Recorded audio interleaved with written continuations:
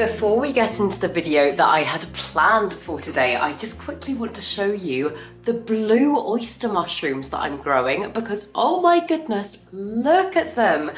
I kind of thought this pack was broken because the other two, the yellow ones and the pink ones, started growing so quickly. And I was like, why aren't these ones doing anything? And literally a day and a half ago, these were about that big. And now, just look at them. Aren't they amazing? So yeah, I just had to show you them because it's very exciting for me at the moment. But today I thought we could tackle something that I've been looking at for about a week now, and I had some friends over to stay recently, and in fact Emma pointed it out and she was like, Claire, you need to get into this cabinet, you must give it some attention, and she's right, it looks awful. This is my little countertop IKEA cabinet that I got for about £15, and if you look at the bottom of it, it is really, really gross, and I will take you through why this has happened and then hopefully clear this cabinet out, get some of my begonias into new ways of growing and create a really beautiful begonia cabinet. That is the hope. I've also just got a couple of new begonias that are so exciting. So yeah, hopefully by the end of this video I will have it looking really beautiful and also just working a lot better for the plants. But first, if you're new here, hi, my name's Claire and this is Yoli. I make videos all about houseplant care, sharing tips and tricks I've learned over the years to help keep your plants happy and healthy. And yeah, so that is the plan for today's video. So if you've got things such as this that have been looking a little bit grim, a little bit gross, maybe you've been putting them off for a while, I encourage you to get them now, do them with me, and we can hopefully come away from this video feeling so much better. So yes, I hope you enjoy it. Let's get into it.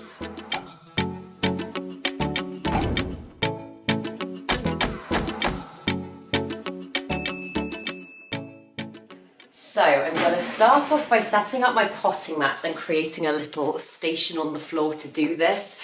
I've said it in other videos, but I'm really lucky that this space does actually have vinyl floor. So it's like plasticky floor, meaning that technically I can do planty stuff straight onto it.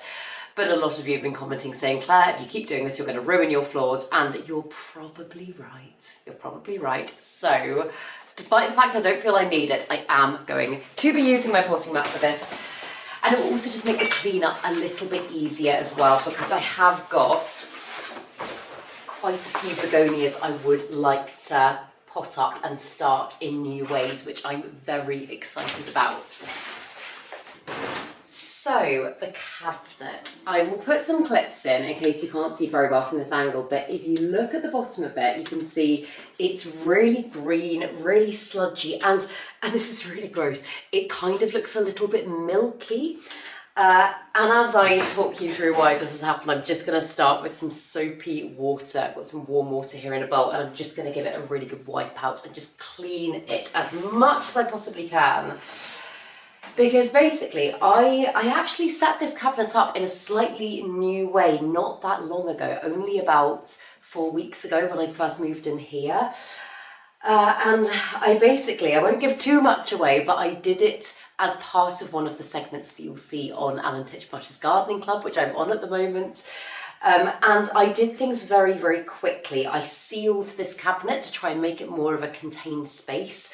And then what I wanted to do to avoid putting a humidifier in there is I was like, seeing as it's got a lovely base to it, I'm just going to fill a layer of water at the bottom, and I'm going to let that water kind of naturally evaporate. And as it evaporates, it's going to create a lovely little microclimate in there and help to keep the plants happy.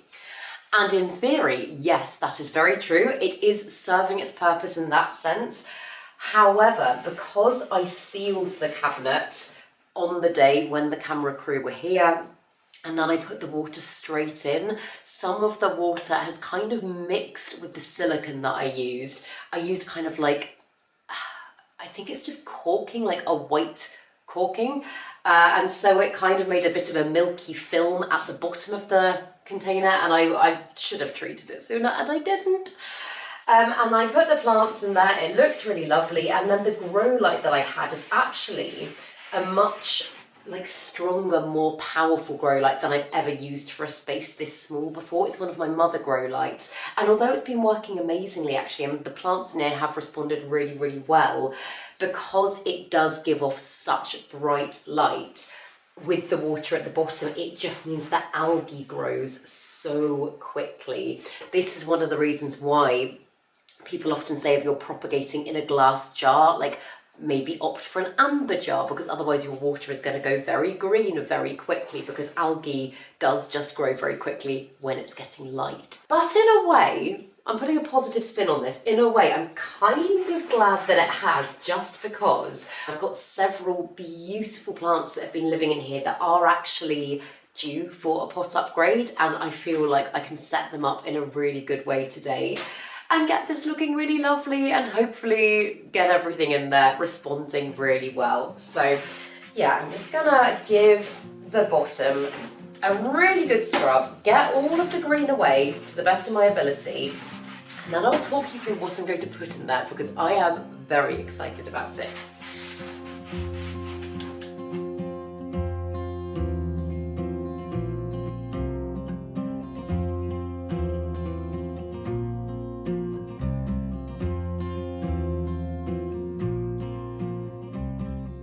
Oh my goodness, that is so much better. Annoyingly, there's a tiny bit of green at the bottom still, towards the front, which actually is kind of hard to show you, which is a good thing, because it means it won't be that noticeable. But that's just where the silicone has basically got some algae on it, and I think just kind of hardened with it on. I have scrubbed and scrubbed and scrubbed, and I cannot get that bit off, but I'm not worried about it. The majority is very clean and looking a million times better. So yeah, now I would like to get some of my begonias into new substrates and get them ready to be potted in here.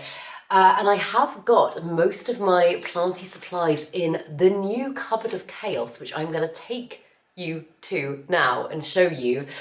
It's not organised yet, but we'll go get the supplies and I'll talk you through my thoughts for what it could be. So we have just had understairs storage put in, and it does in fact need another coat of paint still, but this is going to be the cupboard of chaos. And right now it is absolutely a cupboard of chaos. I've got so many thoughts and plans for how I'm going to organise it and how I'm going to make it really practical and how I'm going to be able to get to everything. But currently, if we stand back and kind of have a look, there we go, you can kind of get an idea of what we're working with, and it's a really nice size. It's going to mean that I can keep pretty much all of my plant supply things in there. But yeah, at the moment I was just like, I'm just going to shove it in there and I will think about that later. Classic, I know. That is something that's on my agenda for this week. But yeah, I'm just going to get out what I need and then we can pot up some of the begonias.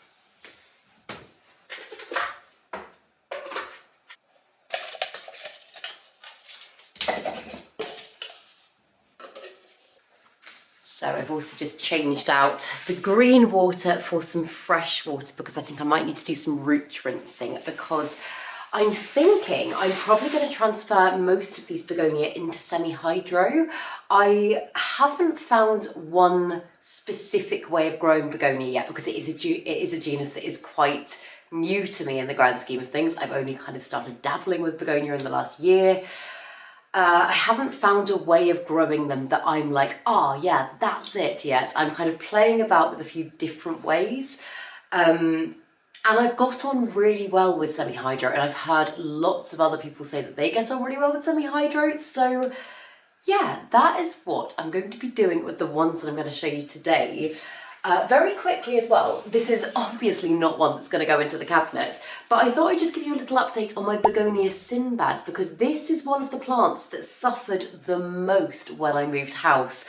And I was like, oh God, I'm not sure what I'm going to do. Like, what am I doing wrong? Do I change up the way I'm growing it? Because as you can see, I'm growing this one in a different way. This is semi-hydro on the bottom and then a soil mix on top.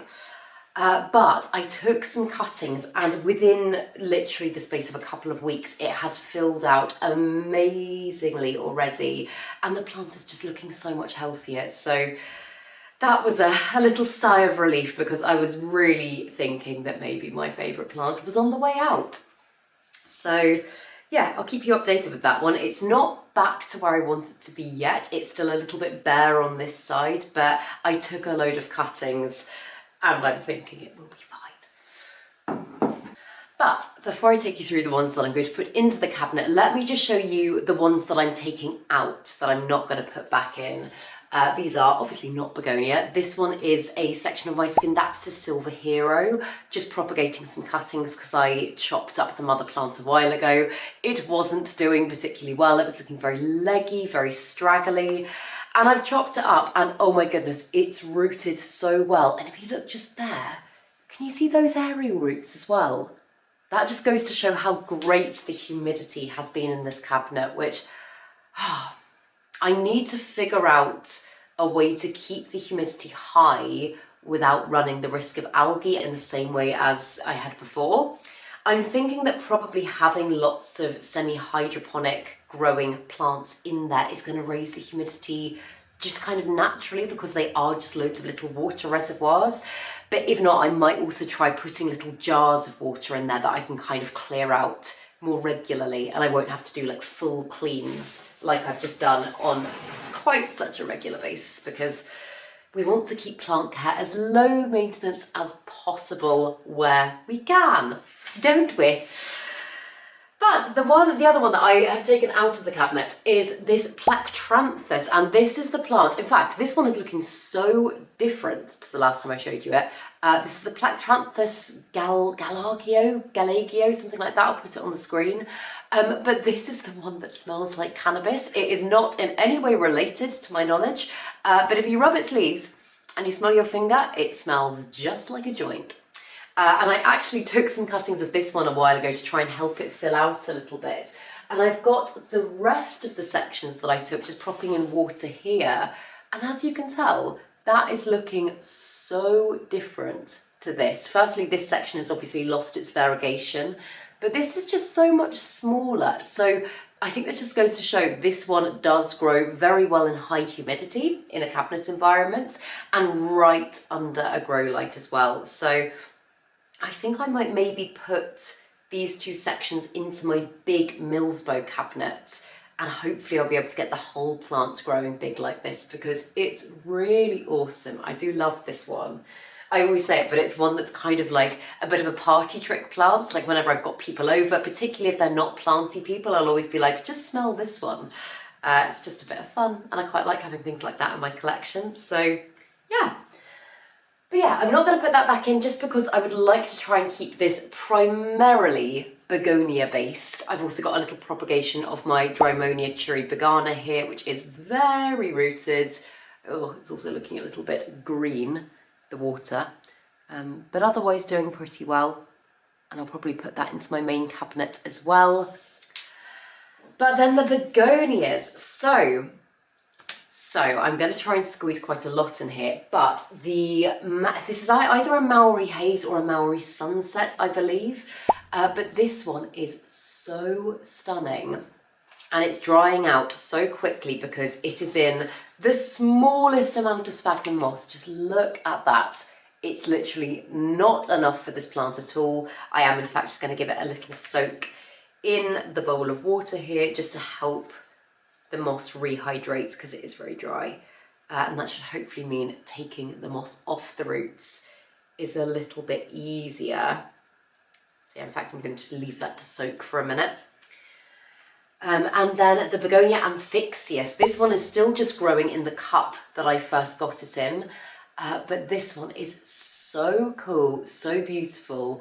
I found out recently as well, it makes the most beautiful hybrids. Not that I've played about with begonia hybridization myself yet. I would love to give it a go at some point, but currently I've just got some lovely hybrids, brought some into my collection, but I just think this one is adorable. So yeah, it's currently actually growing in a way that I would usually be very scared to grow any plant. It's just in soil in no drainage. So again, I think I'm going to transfer it to semi-hydro. And then this is a really cool one, and in fact I've got a couple here that I don't think I've shown on my YouTube channel yet. I acquired a few new lovely begonias before Christmas, and I showed them in a Patreon video, but I don't think I've shown you guys yet. And in fact, bar the two I've just shown you and a couple of others that I will talk about, all of the ones that I'm going to show you are from India, who's Begonia Addict on Instagram. She's also got an Etsy shop, which I believe is also called Begonia Addict.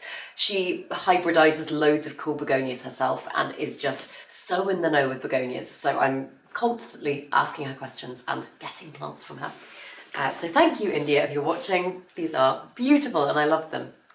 But this one I believe is so I think this is a hybrid. This is a Sarawak cross Drachnoptera, I think.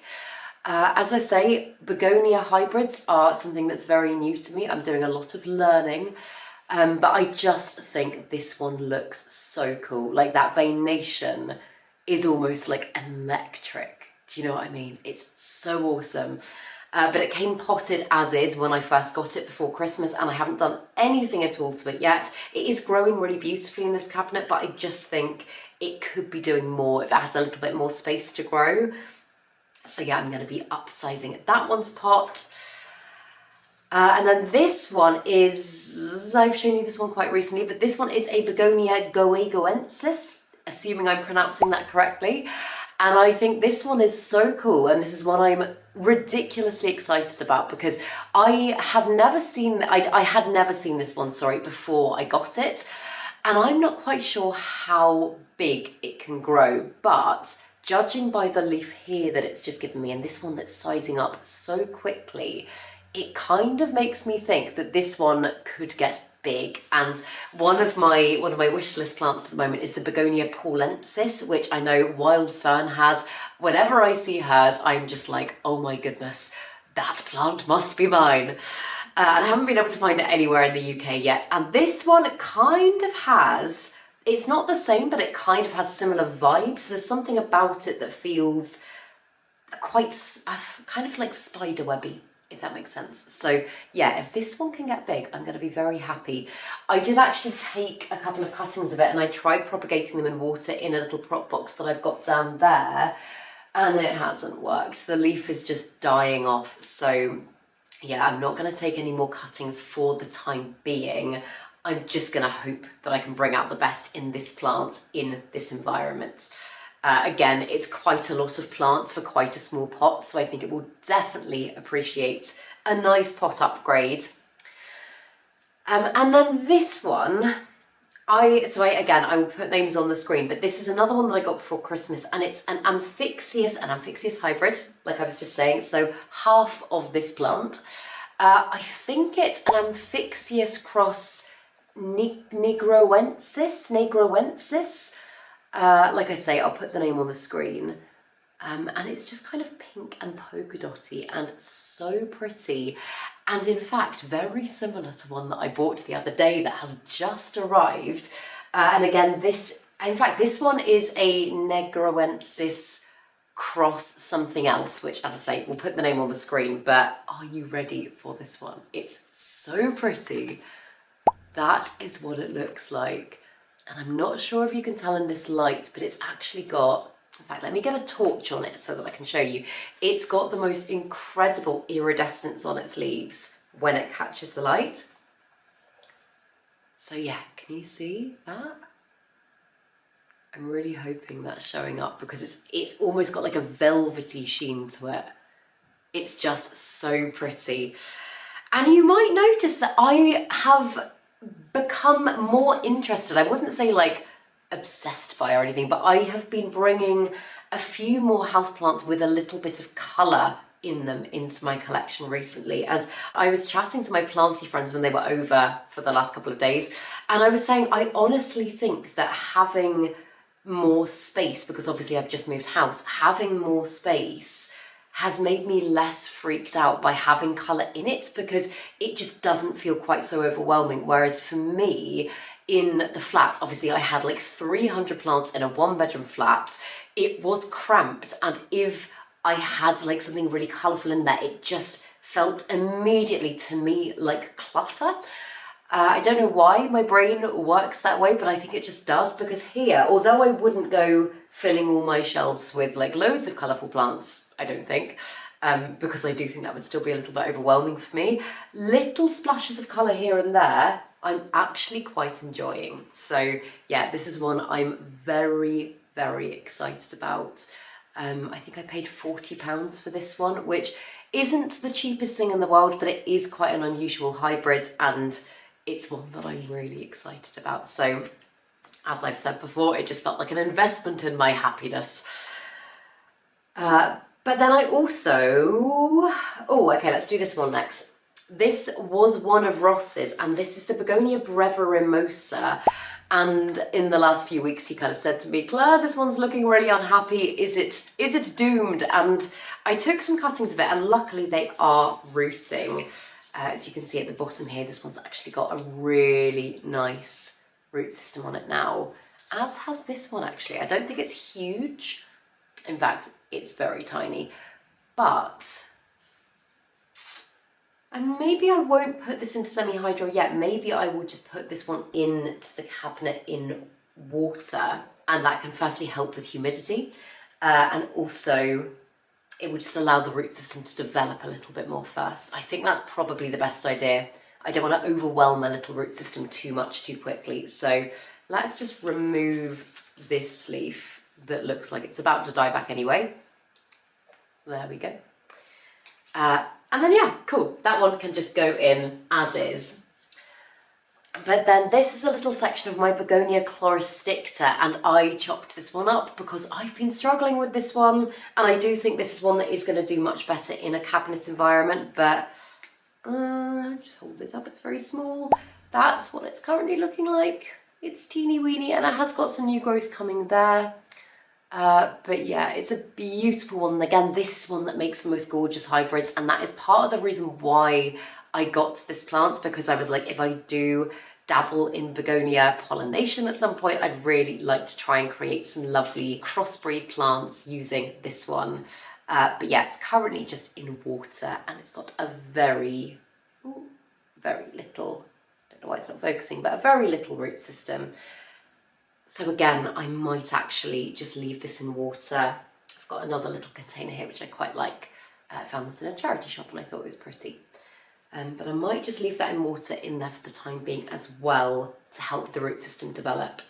Oh, and then finally, one that I haven't shown you yet, because this is a new addition to my collection. It is the Begonia White Ice. And again, I got this from India Begonia Addicts, and it's so pretty. And I have ages ago had a white ice cutting in my collection. I can't remember what happened to it, and that means I think that it probably died. I don't think it made it, but I wasn't that interested in begonias, I remember, at the time that I got it. Don't get me wrong, I thought it was very pretty, but I was just kind of like, okay, cool, it's pretty, it can stay there, and I just don't think I cared enough about it. So yeah, this is firstly the most beautiful, beautiful little plant, and it's got some lovely new growth coming in just there as well. But it's one that this time I feel really ready for, and I'm very, very excited to grow. I actually think its days in this cabinet may be limited because it's already quite a big plant. But even if I just put it in there to acclimate, I've only had this a couple of days.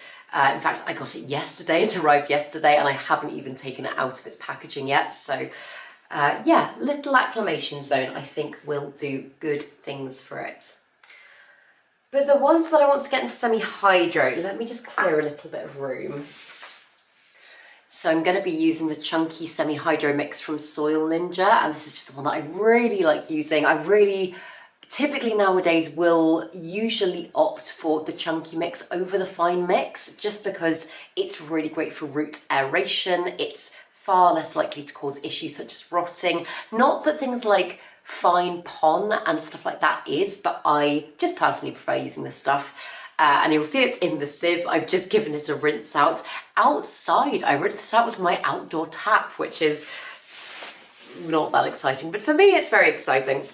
Because previously I've been like rinsing things through on the balcony and then pouring it over the edge of my balcony at the flat. But let's start with the one that's already soaking in water. Like I say, I think this is a Maori sunset. This was a plant swap one that was actually given to Ross, and I mean, he can take it back anytime he likes, but I think he just appreciates having little pops of colourful plant around the house, because he quite enjoys the plants, even though he's not massively planty himself. But yeah, as I say, I did seal this cabinet to the best of my ability. Honestly, I didn't do a great job with it, but it has worked. It has done the trick. So even if you're really bad at stuff like that, I would say just give it a go. Like, if it goes everywhere, it goes everywhere. Just make sure you've kind of got like a potting mat down or something like that. Yeah, I sealed that in one of the episodes that we filmed for Alan Titchmarsh's Gardening Club, which is currently on ITV. And I know some of you, firstly also as well, thank you so much to all of you that have watched it and have sent me messages about it and tagged me and things, because it's been really scary. Honestly, I was so like excited for it, but freaked out, because I am usually, like with YouTube, I am usually the one in control of the edit. Like if I say something really stupid, which I frequently do, I can go back and I can cut that out. Whereas with this, firstly, I was nervous, but also I was like, I don't know what's going to end up in the show and what's not. So yeah, it was all a little bit nerve-wracking, but as I say, thank you, Yoli. As I say, yeah, thank you. Thank you very much for your support. But yes, the other thing I was going to say is so many of you outside the UK have been saying, like, how can you watch it? And firstly, quite a lot, more so than I thought actually, is being posted on things like Instagram. But I did reach out to the producers and I did say, like, how can I like let people in the US, for example, know if they want to watch it, like what's the best way? And there hasn't been a clear-cut answer, but lots of you have been saying that using a VPN, which I don't know the ins and outs of these things, but apparently you can get a VPN online that allows you to be able to watch television programs in other countries, I think for free, I don't know. But yeah, so I would, if you would like to watch it, suggest maybe doing it that way. But if not, like I say, there is lots of like little snippets and stuff being posted across social media. So head over to Instagram and it will be over there. But yeah, like I have had dreams, I was going to say dreams, I've had dreams. I have wanted to create a little begonia cabinet for my begonias for a while with this. In fact, it's been kind of sat empty for ages and I haven't really known what to do with it. And when I started getting into begonias, I was like, you know what, this kind of feels like it might be fun. But yeah, I didn't have everything I wanted to hand when we filmed this bit because I literally just moved in.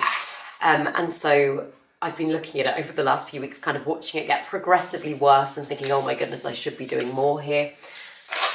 And now I'm very excited to actually be getting it set up. It's kind of fun grouping genuses of plants together as well, because obviously it does just make caring for them a little bit simpler, because not that every single species within a genus will always have the same care requirements, because it won't. But it does just give you a little bit of an indication, like if one of them is really ready for a drink, for example, chances are the other ones might be quite soon as well. So monitoring them, I hope doing things this way is going to be a little bit easier. I'm also just using plastic cups just because I've got lots of them lying about. And I can obviously monitor the root system well. I can create a little reservoir at the bottom.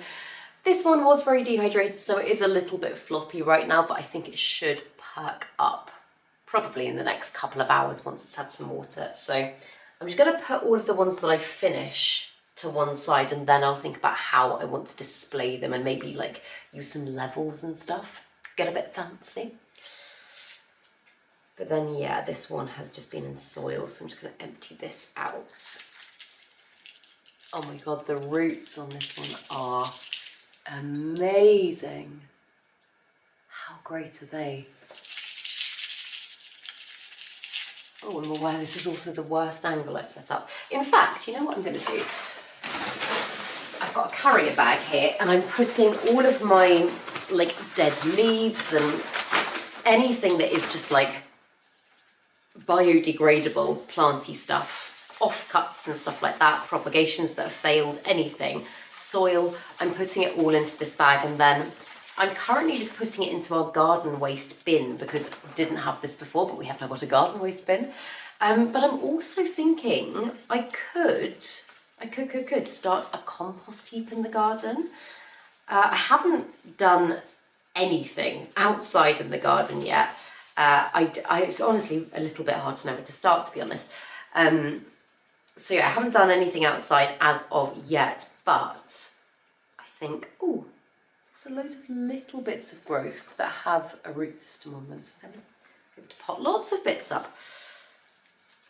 I guess for a compost heap, you should probably like build a little structure for it or something. I don't really know. I think I said in my last video, me and Ross have had so many thoughts and ideas of things that we'd like to do, but actually sometimes starting and putting them into practice when you've never done them before can be, it's a bit scary, isn't it? Like, you don't want to get it wrong, you don't want to go in and be like, oh God, I wish I'd done this differently. I think those of you that have kind of come back to me with advice and said take things slowly, I think that is really good advice, and I think I need to keep reminding myself to do that as we do start dabbling, because, oh God, I am such a 110% kind of person. I have the tendency to, as you can probably tell by what I'm surrounded by, get a little bit obsessive about things. And I can just kind of imagine being like, oh yes, outdoor gardening, and buying like so many plants that I don't know that well, and then things going wrong, and then feeling overwhelmed, and then getting myself into a bad headspace with it, and then thinking, no, I don't like outdoor gardening. Whereas I do think if we take it slowly, then hopefully it should all feel a little bit more manageable and fun. I want to keep it fun. So yeah.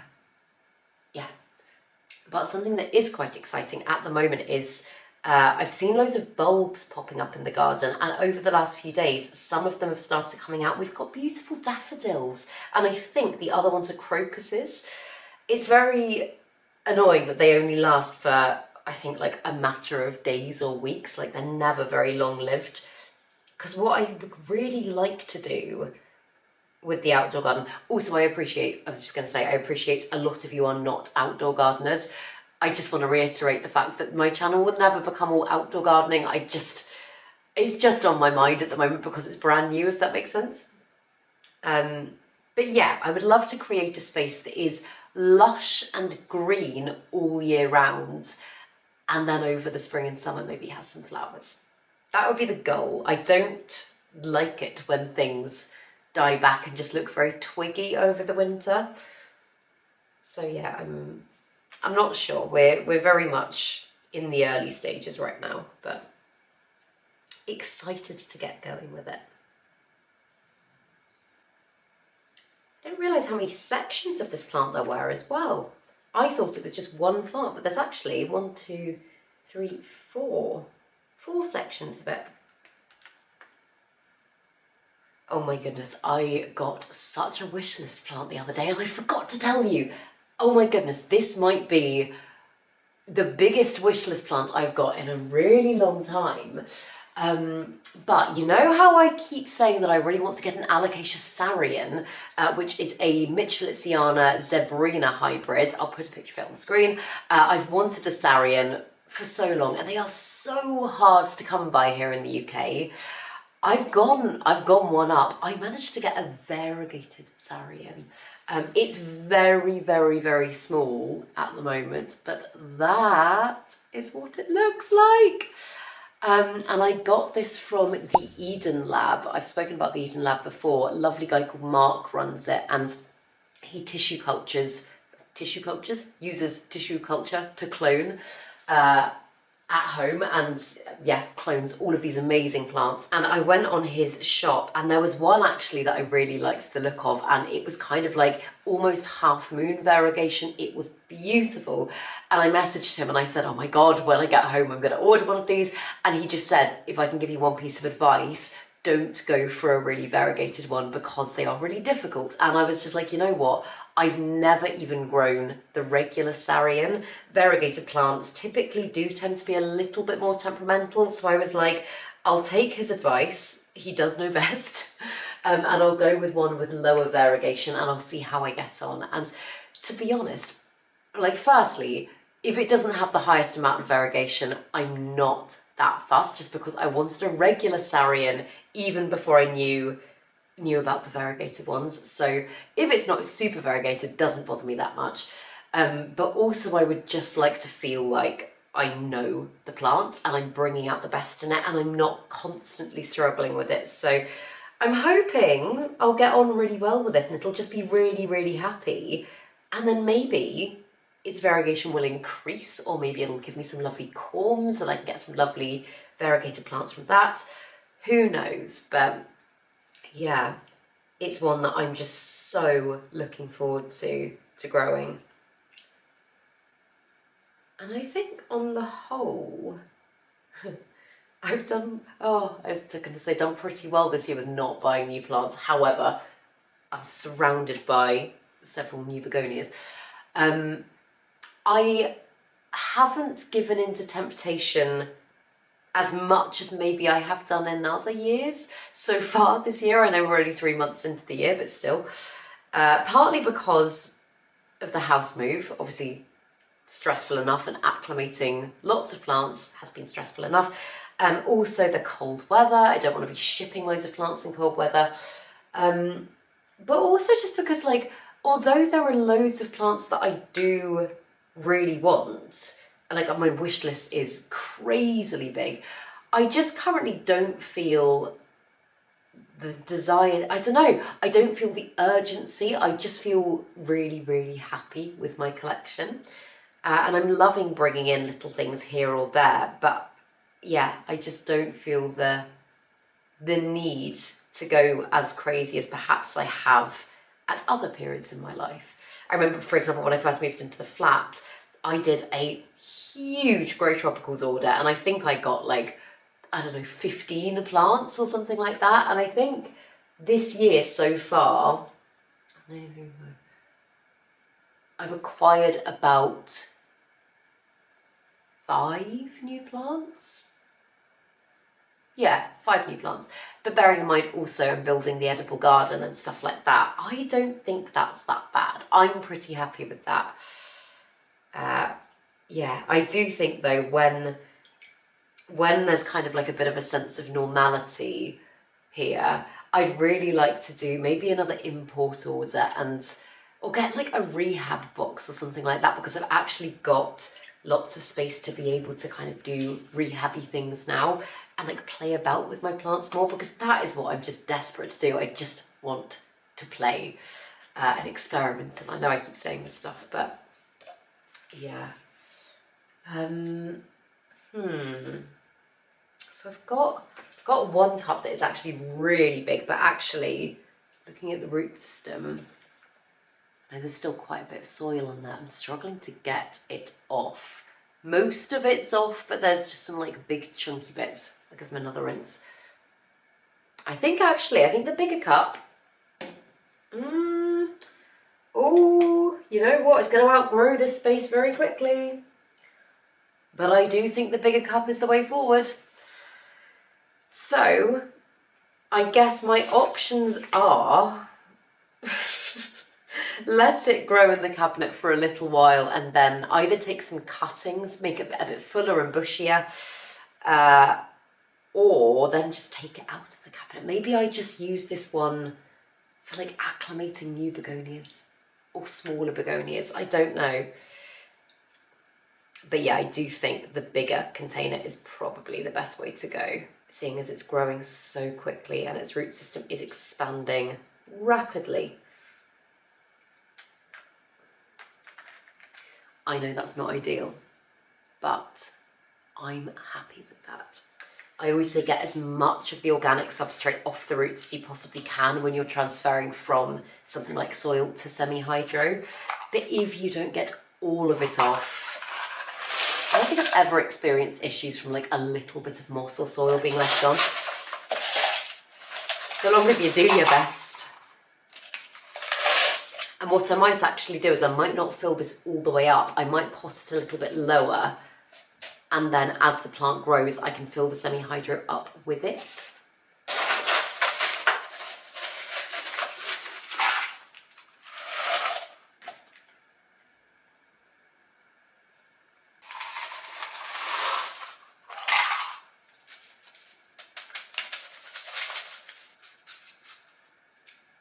So yeah, to start with, just for the time being, it's just peeking out of the top of the cup, but it's got so much room to grow. And I think actually that one will probably go pretty crazy pretty quickly because it seems so happy in there. But then these little ones, I'm so excited about these little ones. Again, I'm just gonna empty the soil into the bag. This one's got good roots, but it's got a really spindly root system, like such fine hairs. And whenever you're working with a plant that has got such fine roots, it's kind of important that you kind of work quite quickly, because what I found is sometimes if I take a plant with really thin roots out of its substrate and then I put it to one side for even like 10 minutes sometimes to do something else, the root system can just completely dry up, and then it's really hard to rehydrate it, and sometimes if you don't kind of deal with it quickly, it can actually lead to the roots rotting. So I'm just going to give these a really good rinse in water, try and get a little bit more of that soil off if I can. And then yeah, go straight in with no hesitation. Cool, and what size? I actually kind of think I might go small with this one. I don't think it needs a massive cup. Yeah, I think I'm going to go in small.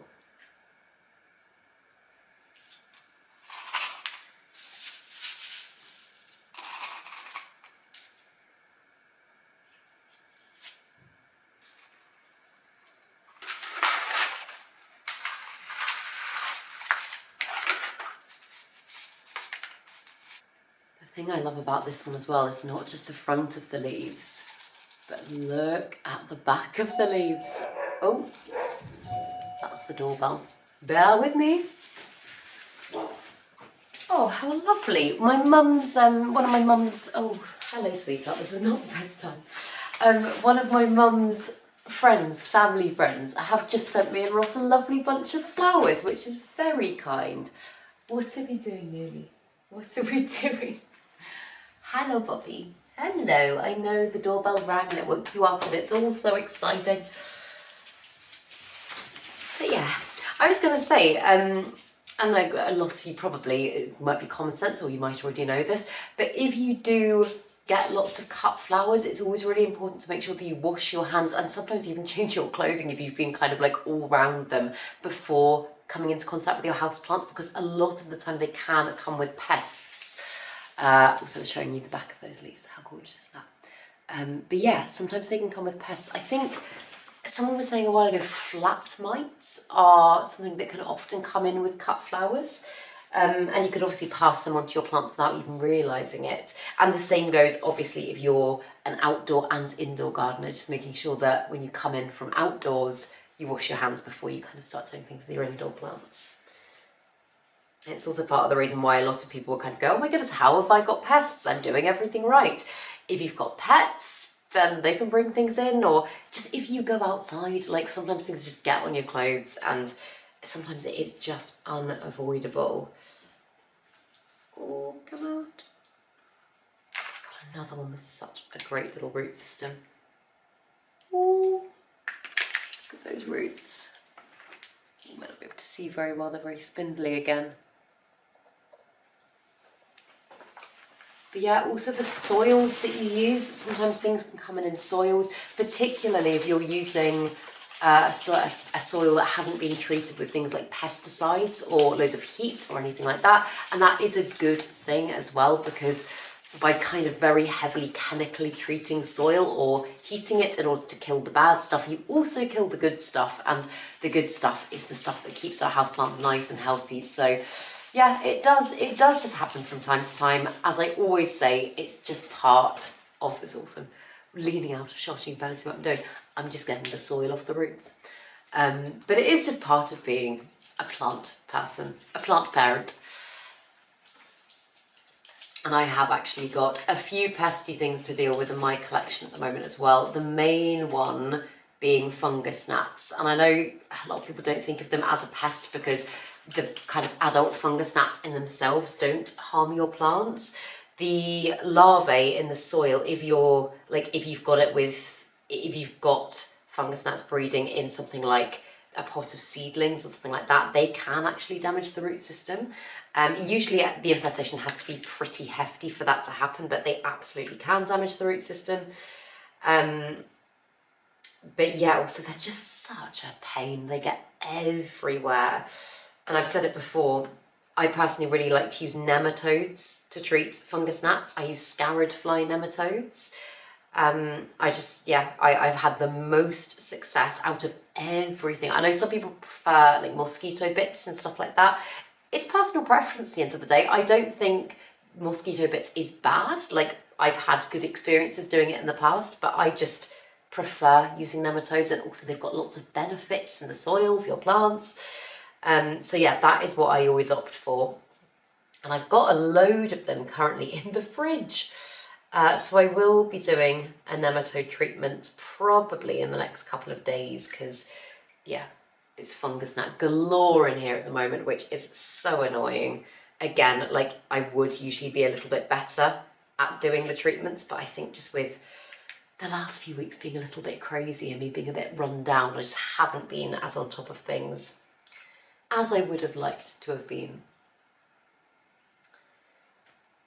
But yeah, on the note of not being on top of things as well, again, just like another thank you or acknowledgement, I guess, of the fact that, like, I know I spoke a lot about burnouty things and just feeling a little bit all over the place in one of my videos recently, and every time I say something like that on my channel, there's not that I ever think people are going to come back and be nasty, but it just feels a bit scary to do because as humans, I think you want to be so on form the whole time. I know you can't be, but you always want to be, and like, I always want to feel like I'm like putting out my best content and everyone's like, oh, woohoo, that's amazing. So when I go a bit off track sometimes and say things like that, I often kind of think, oh God, like, is that going to really put people off, or is that not what people want to hear?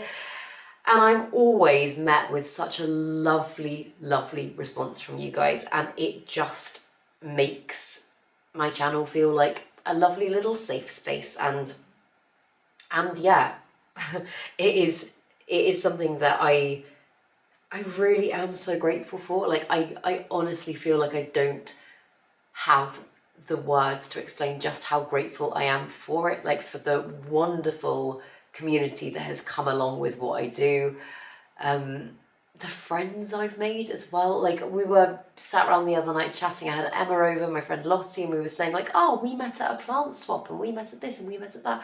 And I have met so many people that are not content creators, because I know I always talk about it, and I sometimes have people saying, oh yeah, but so-and-so does this on Instagram, or so-and-so does this on YouTube. I've met so many people that are not content creators, just like planty people in the community, through doing what I do and attending planty events and just chatting, and it's just amazing. It really is amazing. And I do often wonder, like, what things would have been like, and I know I've said this before, but what things would have been like, and I'm sure a lot of us probably feel the same, if I found something like plant care earlier on in life, just on a personal level, because it does just give me a sense of calm and stillness that I haven't really experienced before in my life. I think, like, sometimes I've had, or in fact, I've definitely had moments of it with things like arts and crafts. Like, I've always been very arty. Like, I'm not saying I'm amazing at it, but like, I've always loved drawing, I've always loved painting, knitting, I've recently got into crochet. All of those things, like doing something, physically doing something in order to feel still is something that I've always done. But yeah, plant care is a different kind of rewarding for me because you can actually come back to it and notice things that you've never noticed before and feel like over time your work is, like the work you're putting in is paying off. I think it kind of teaches you quite a lot of patience as well. And God, I am an impatient person impatient person by nature. So I just think it's been really, really good for me. And yeah, I haven't always had the best kind of coping mechanisms in life. And I do wonder if, I don't know, if I'd got into it a little bit sooner, would my life have been very different? I don't know, maybe. Also, I've kind of divided this and I have actually got 2 plants here and I'm wondering, should I grow 2 different plants or should I keep them together? Ooh. Something just fell and I don't know what that was. Or maybe I'll keep them together for the time being. Yeah, I can always divide them again further down the line if I want to. But why create another plant if I don't absolutely need it just yet? Oh, I'm so excited about this one. I also love how its new growth comes in really kind of like pinky brown and then fades to that lovely, I mean, it's almost like a turtle shell. Do you know what I mean? There's something quite, yeah, turtly about it. It's such a pretty one. And already as I'm going through and potting these up, just looking at them on the floor behind me, I'm like, they look so much better already. And this one, so I've lost, oh, I'm like, do I chop this? I've lost quite a few, in fact, 1, 2, 3, 4. I've lost 4 leaves and there's this bare section of stem. And if it wasn't putting out growth at the bottom there, I'd say maybe I'll just pot it lower.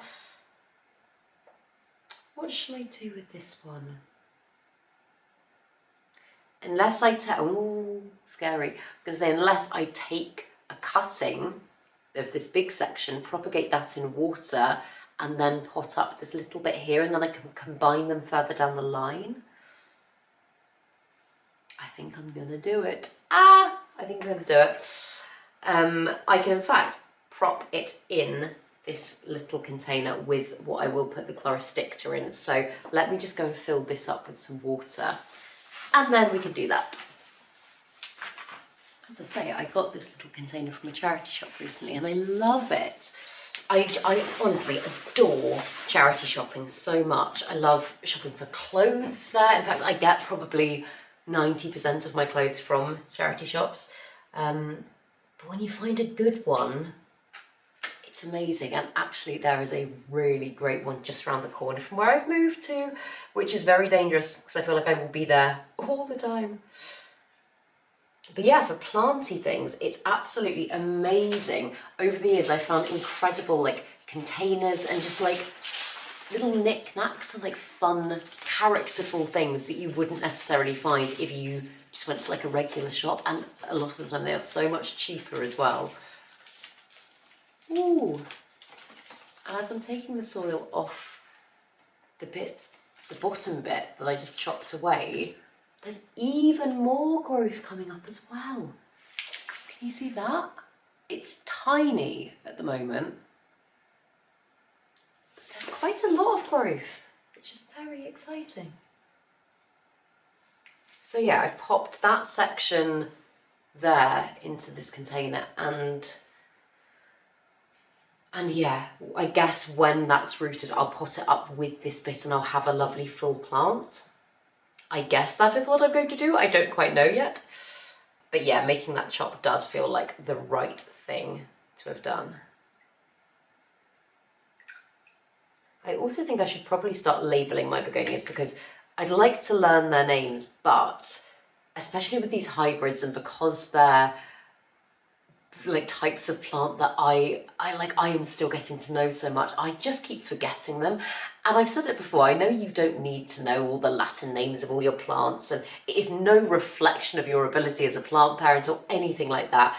There is just, though for me, personally, a satisfaction that comes with being able to be like, ah, yes, it's Philodendron ernesti, and like, I don't know, it's just, I don't know, it just makes you feel like you know that plant a little bit better.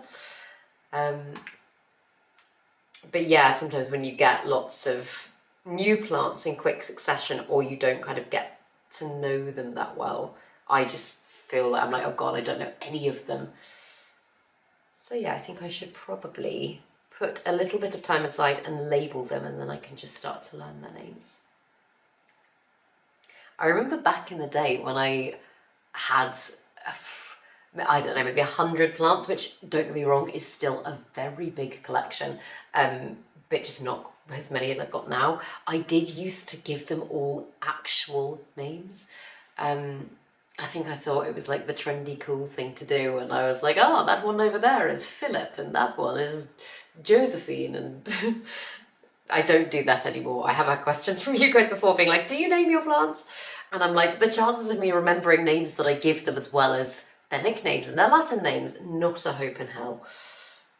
But it was fun while it lasted.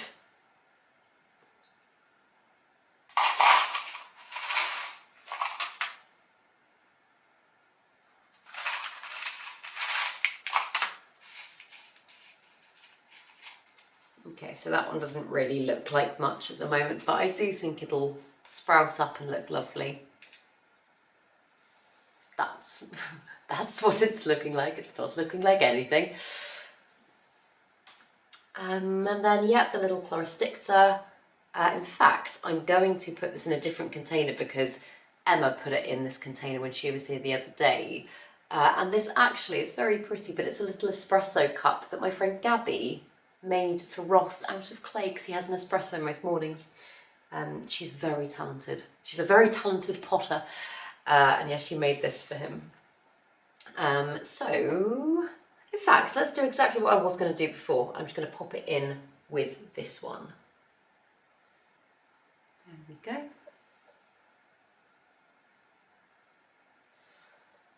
And then before I start constructing it and making it look pretty, I'm just going to take the ones that have just arrived, my new begonias.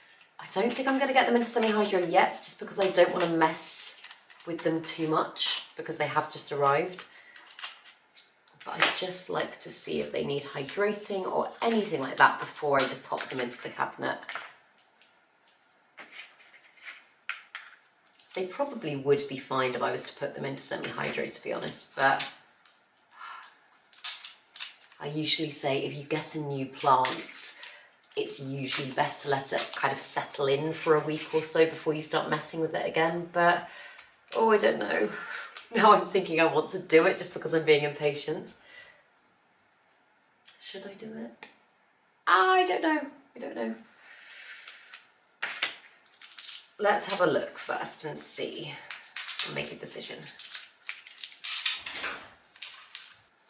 Oh my goodness, so many good roots. I haven't even taken it out of its pot. It's got crazy aerial roots. Yeah,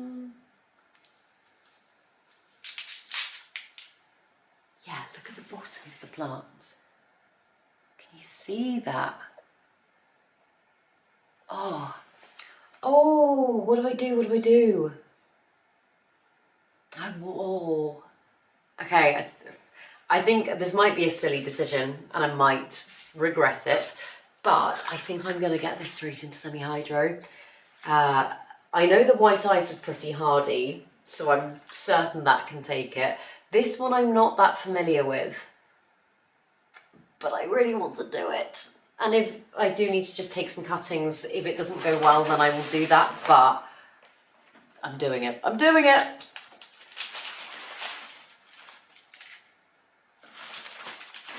And like I say, I am putting it into cabinet conditions, which are optimum for the plant. Oh my goodness, it's got amazing roots as well. Yeah, they are optimum and should set the plant up for success. I'm not going to be moving it again once I put it in there. I'm going to keep things very stable. I'm just justifying this now because I've just started doing it. But oh my goodness, also the soil just fell away from those roots. They barely need a rinse. I will give them a little rinse, but look at those. Oh, don't they look amazing?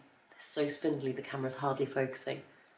But yeah, like I say, straight into water, hydrate them. And I almost feel like I had a medium-sized cup and I don't know where it went. Okay, so I'm going to put it into another one like this.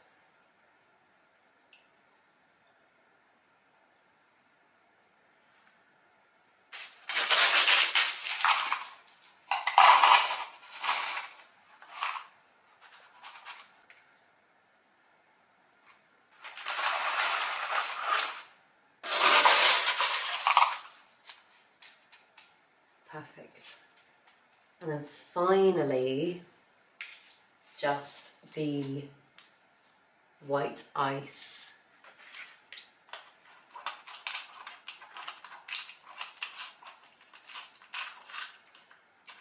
Oh, this is going to look so beautiful.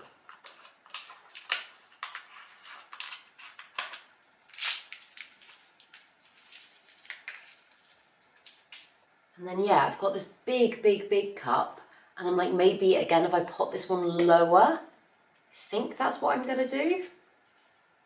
So it's kind of like I'm using a smaller vessel. Oh, this one actually, it's in quite a dense soil mix, which has obviously been keeping the plant happy, but like its roots are so spindly that you can't actually see them. So instead of trying to brush this off and damage the roots in the bag, this is gonna, this very much is the last plant I'm working with as well. I'm gonna put this straight into water and just shake it in the bowl of water and try and get the soil off that way. Sometimes it's easier to do that, to just kind of gently take the soil off. It almost washes away better than it does brush away. Out of interest, let me know in the comments below what your favourite begonia currently is, and what maybe a wishlist plant, a wishlist begonia is. Because I'm like, yeah, I know I said earlier in the video I can be obsessive. I can feel myself really catching the begonia bug. And I'm going to try not to go too crazy, but I'm just finding them so much fun to grow and like experiment with and do things with. And I'm just looking at the ones behind me here and I'm like, oh my God, it's going to look gorgeous. It's going to look so lovely. See, I'm excited to get this cabinet all set up.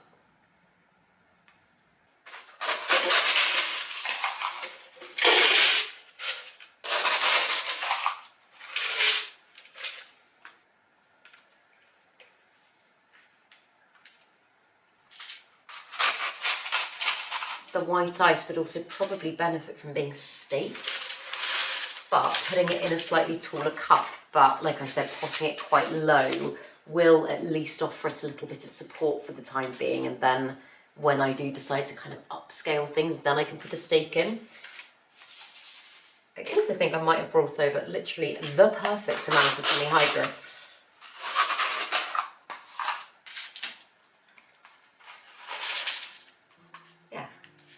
Amazing. Oh, that is so pretty. So let's think about how I want to do this. I'll bring the camera down and we can make some decisions together. So although I could just literally shove everything in there, what I quite liked before, and what, as you can probably tell from the greenness of these jars, I was doing is I was like flipping things over and using them as essentially like little shelves in the cabinet. And that just allows you to kind of create a little bit of height, a bit of dynamic. And so I've got a few things that I can potentially use. I obviously want to put the slightly taller things towards the back. But even that I could raise up a little bit, bearing in mind the grow light is going to be on the outside of the cabinet. I've just been resting the grow light bar across the top and that's been working quite well. So like maybe, yeah, is that too much? How will that look when it's closed? I think that might work.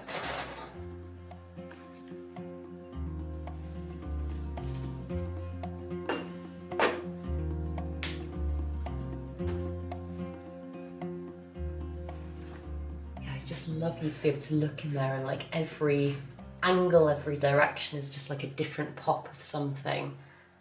I've got that little water prop, but I think I might pop that in there. Oh,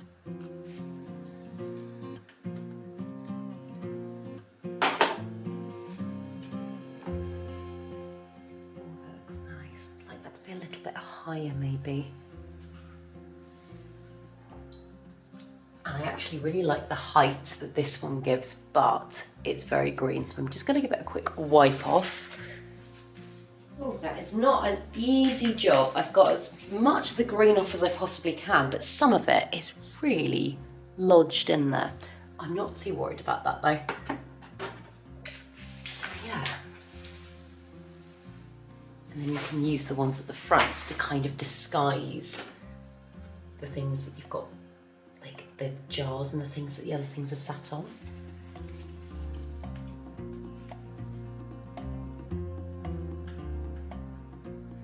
I think that looks so pretty. I should have probably actually done this in the spots that I'm going to put it in, because now I'm going to have to carry it all over, which is a risky job. But I'm going to take the risk. If you're doing this at home, I highly recommend doing it in the position you're actually going to put them in finally. I'm going to carry it over and then I'll fill up the reservoir, get the grow light set up and show you the final result.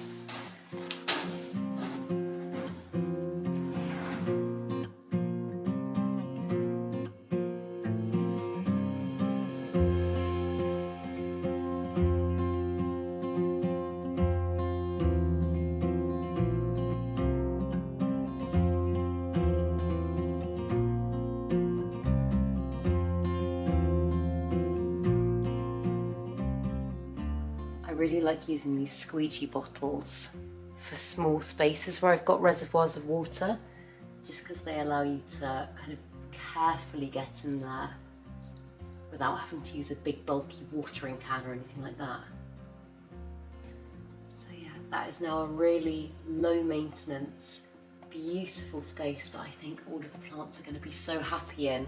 And because I'm using semi-hydroponics, I think it's going to just keep the humidity lovely and high as well.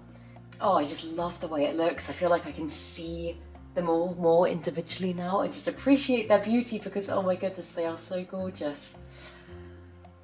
But yeah, I really hope that you enjoyed this video. I am glad that I made it because it was definitely something that needed doing, but I am so happy with how it's turned out and I think it looks amazing. So yeah, if you were doing stuff along with this video, I really hope you got loads done. And if you enjoyed this video, please make sure to give it a thumbs up, subscribe to my channel, have a lovely day, and I will see you in the next video.